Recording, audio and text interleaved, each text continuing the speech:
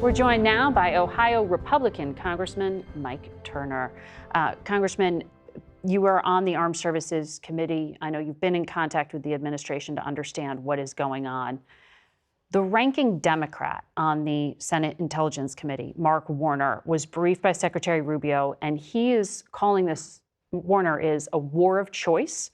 He said there was no evidence of imminent harm to Americans or an imminent threat to our country. Were you informed of a specific and imminent threat to the United States?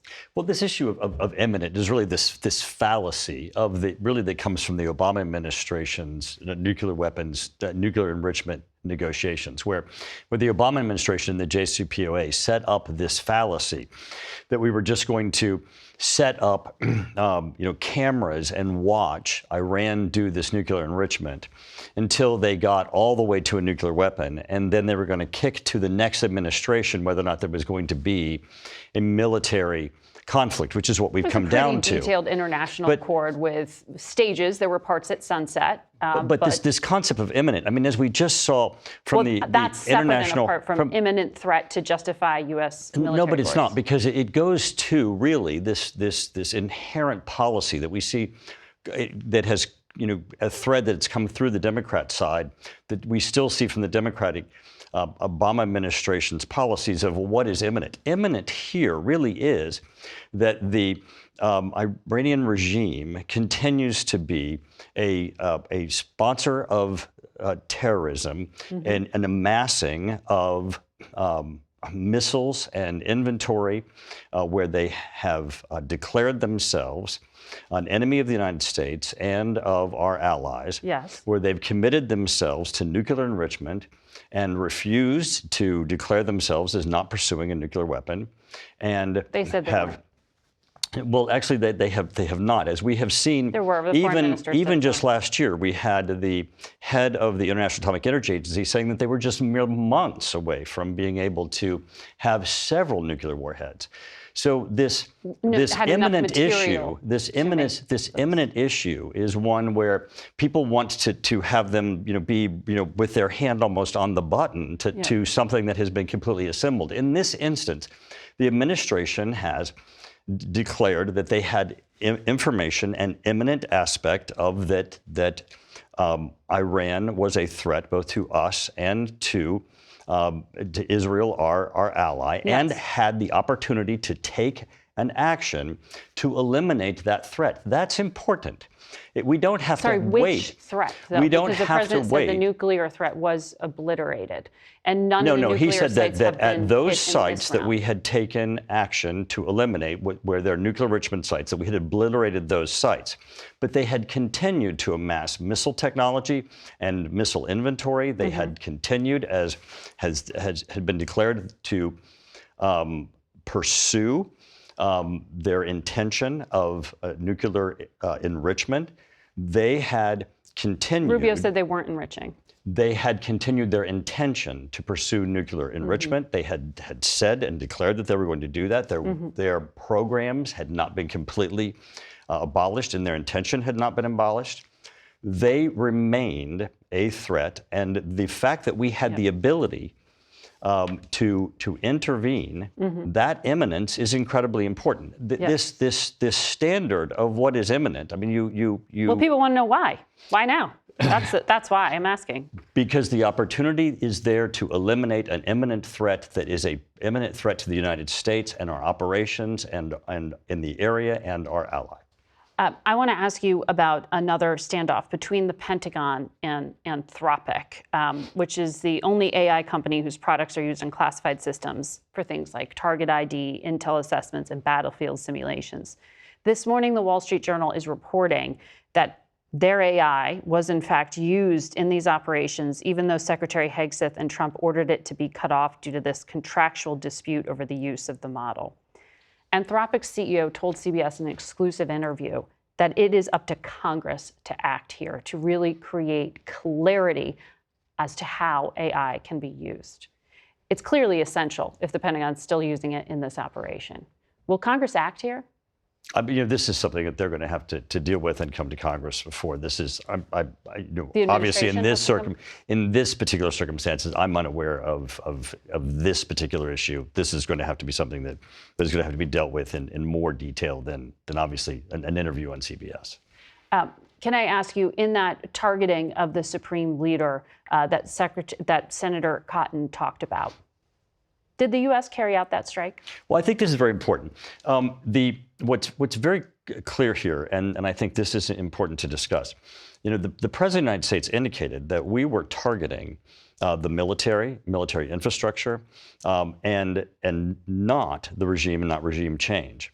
And yesterday, when I had the opportunity to talk to Secretary Rubio, I asked that question, and he was very clear in the answer that we did not target Khomeini, and we were not targeting the leadership in Iran.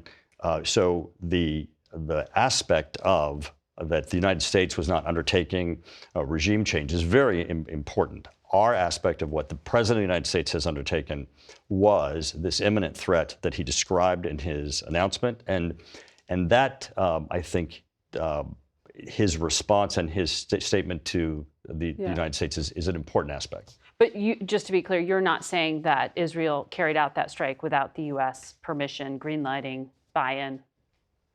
The fact that Khomeini has been a murderous authoritarian who has killed an unbelievable number of Israelis, they have an absolutely, I think, a strong basis in which to do so. And I think it certainly shows that if you're a murderous authoritarian and you're at risk, and it's better to be a friend of the United States than a murderous authoritarian. It's also interesting that Putin just said that he lost. Speaking of murderous dictators, that he lost a friend in losing Khomeini, and we certainly didn't see Khomeini as a friend. We will leave it there. Congressman Turner, we'll be back in a moment with more Face the Nation.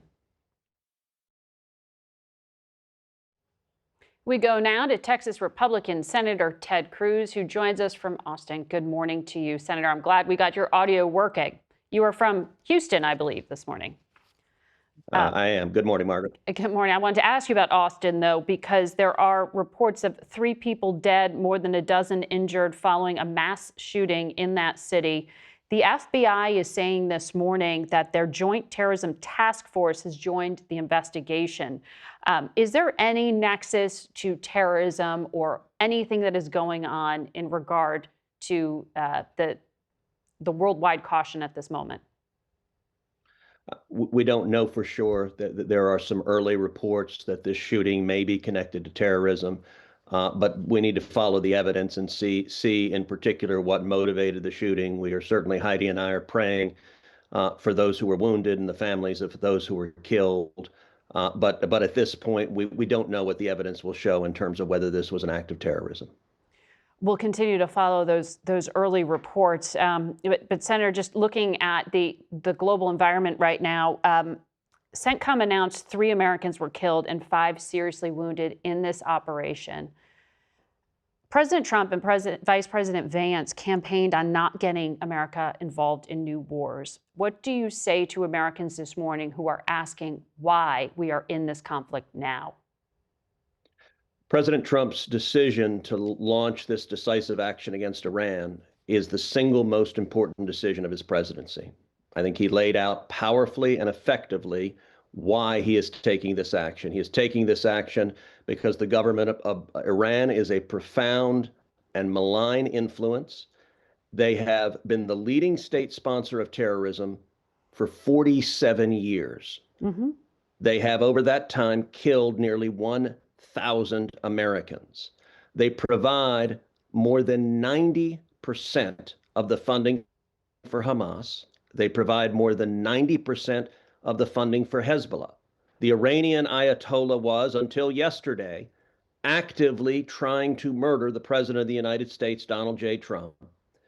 I spent the entire day with President Trump on Friday, right before he launched these attacks. He and I discussed this at length on Friday. My counsel to him was that the Iranian regime has never been weaker, that it was teetering, and now was the time, My advice was, Yeah. do not miss this opportunity. I think the president has acted boldly, he's acted decisively, and Iran no longer being led by a theocratic, Yeah.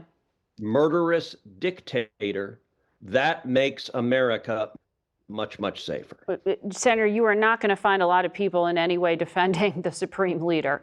That is for sure. However, putting Americans in harm's way is what I'm pressing you on here. Did the president explain to you why he called off active diplomacy? Because at the very same time he was on that plane, the vice president of the United States was talking to the Omani mediator who was trying to get a deal and told us that they were close to one. Why not choose diplomacy? Because the diplomacy was an abject failure. The Iranians approached the diplomacy with arrogance, with absolute hubris. They said they would not stop enriching. No matter what, they were going to continue to enrich uranium. They would not discuss zero enrichment. They claimed a right to enrich uranium in underground bunkers with no supervision. As President Trump said on Friday when he was with me in Texas, his line was zero enrichment, and the Iranians refused to discuss it. They also refused to discuss their proxies. They refused to discuss Hamas and Hezbollah and the Houthis. And President Trump understood that the Iranian, quote, negotiation was just a stall tactic, and that the only response, my advice to him, I said, there's only one deal you should accept, and it's the deal that you offered Maduro, which is if you want to leave and flee the country, you can do so. Anything else is unacceptable. And Khamenei made his choice. Well, there's disputes there in terms of your characterization of what was actually on the table and what the administration had indicated it was willing to accept in terms of allowing enrichment for medical purposes and the like. But that's now obviously so Margaret, done. What I just told you, is almost word for word what Secretary of State Marco Rubio told me yesterday. Can you tell us now if you believe that there was an ongoing nuclear weapons program? One of the top arms control experts out there, David Albright, has written there should be an immediate priority on rapid response operations to secure Iran's nuclear stockpiles right now. Can you assure the public that it will be secured? And if so, who is doing it if there are no Israeli or U.S. forces on the ground? So there is no doubt that a year ago, Iran had an active and ongoing nuclear weapons program. We took out the vast majority of that at the end of the 12-day war. Where that Israel U.S. intelligence assessment was not made public, if that is what was briefed to you. We launched targeted bombs at the end of the 12-day war, where we dropped the equivalent of about a third of a nuclear weapon on those underground facilities like Fordo, which is built into the base of a mountain. The bunker buster bombs we used, Israel doesn't have those bombs. No other country has those bombs. We took them out last year. The Iranians were still hell-bent on rebuilding them. And one of the things we are doing right now is taking out their missiles, in particular, the southern missile belt. Right now, Iran is building roughly 100 missiles a month. They're actively building missiles to threaten their neighbors. And they're firing some of them right now at their neighbors, at our allies. They're illustrating powerfully. They're attacking virtually every Arab neighbor that surrounds them. They are firing missiles at. It's almost like they want to illustrate to the world just how malign they are. But in terms of containing the risk, who's securing the nuclear material that you say still exists within Iran? Who's doing that? Look, the quantity of nuclear material, I didn't say anything one way or another on that. What I said is they were building nuclear weapons a year ago, and our bombing took that out. They also had an ongoing desire to rebuild them. I don't have present-day intelligence on what progress they had made towards rebuilding nuclear weapons since we bombed their facilities. I have no indication that they were anywhere close to getting nuclear weapons because our bombing was devastating. And Margaret, that's one of the reasons I urged President Trump, now is the time. You know, dictatorships survive because they're perceived as invulnerable. And in this instance, Iran decisively lost the 12-day war that weakened the regime and set up what the president is doing now. Senator Ted Cruz, we have to leave it there for today. Thank you for joining us. We'll be right back with a lot more Face the Nation. Stay with us.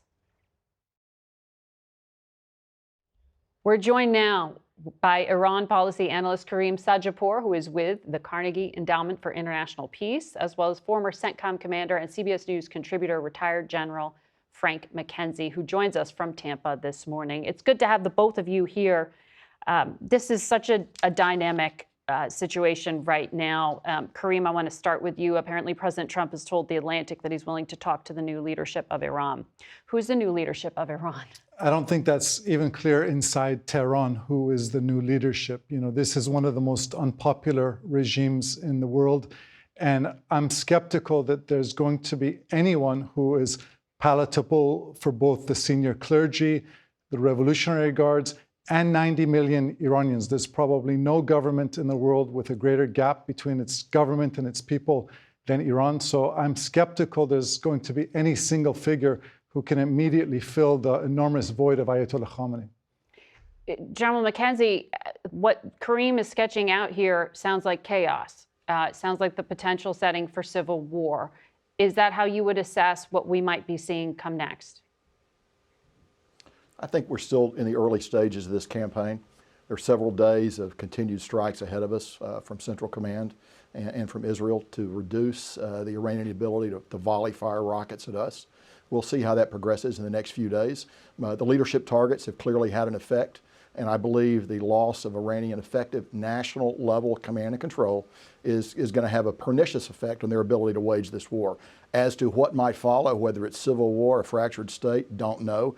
Actually, for me, it's hard to see how it could be worse than what we had before.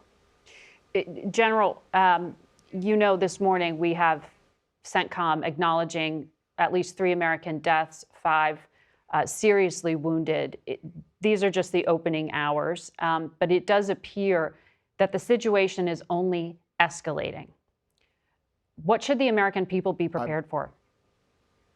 The American people should be prepared for several more days of exchanges of long-range rockets. We're going to continue to strike them with our aircraft, with our TLAMs, our Tomahawk land attack missiles.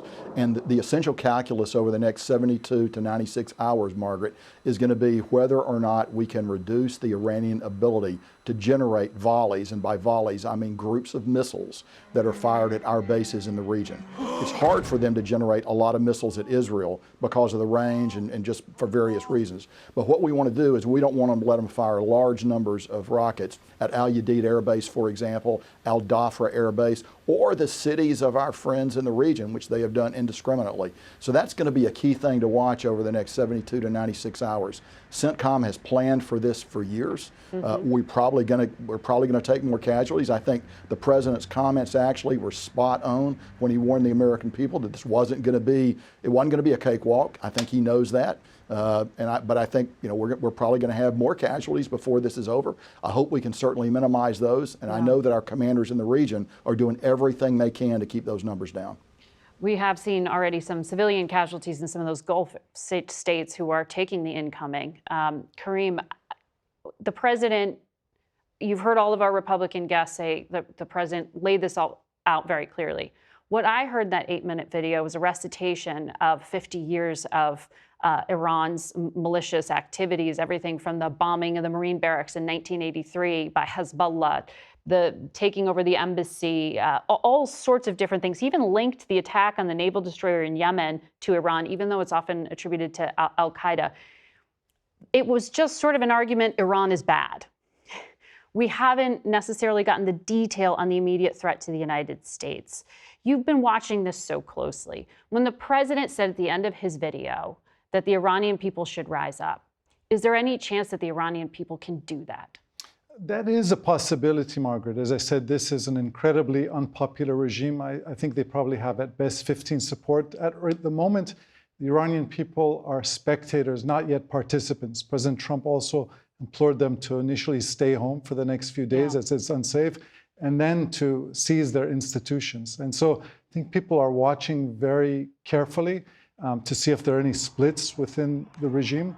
But they say about dictatorships that they're most murderous at the beginning of their reign and at the end of their reign. And we saw this regime massacre potentially tens of thousands of people last month. And the question is whether they still have that coercive and cohesive security forces to continue to do the same. We're listening there and seeing some audio from celebrations among some people at the news of the Ayatollah's death. You have written, and I thought this was pretty eloquent, Ayatollah Khamenei lived by death to America and death to Israel. He died by death from America and Israel. What does this mean for the Islamic Republic to have him gone? He was the longest serving dictator in the world. For 4 decades, he reigned over Iran. For most Iranians, 3/4 of whom were born after the 1979 revolution, he was the only ruler they ever knew. And I think this is a society, I would describe it as perhaps the most secular society in the Muslim Middle East, perhaps the most pro-American society in the Middle East. And Iranians recognize they'll never fulfill their enormous potential as a nation so long as the ethos of their government is death to America and death to Israel. And so there's an enormous demand for a government which is perhaps not democratic, but puts national interests before revolutionary ideology. General McKenzie, very quickly, have you heard an end game? How does America declare victory here? Well, first of all, Margaret, we need to have an end game in view, but we shouldn't be thinking about an off-ramp right now. We need to think about continuing to impose our will on the enemy and continuing this fight at a very high level. Yes, there's an end game, and for me at least, an end game would be either you get a regime that you can negotiate with, a new regime. That may be unlikely, but our history of predicting regime changes in the Middle East of totalitarian states is uniformly poor. The other alternative is you get some kind of successor state that you might be able to cut a deal with. While it may be unpalatable in some dimensions, nonetheless, you may get a regime that's going to talk to you about the nuclear program or the ballistic missile program. So I think there is an end state in view. We will watch for it. General McKenzie, Karim, thank you for your time. And thank you all for watching. Until next week, and it's been a busy one, for Face the Nation, I'm Margaret Brennan.